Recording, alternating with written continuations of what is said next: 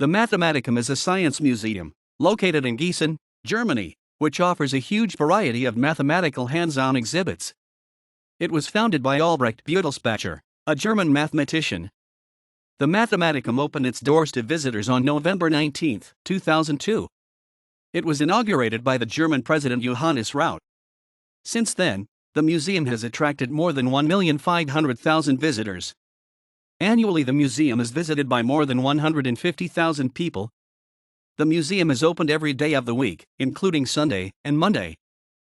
The purpose of the Mathematikum is to let people of any age, gender, and any qualification learn mathematics by personal experience, rather than teaching it using formulae or equations and hardly ever numbers and symbols.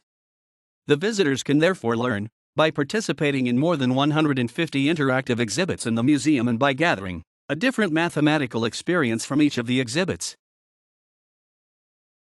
Mathematical experiments include mirrors, a Leonardo bridge, soap films, and puzzles.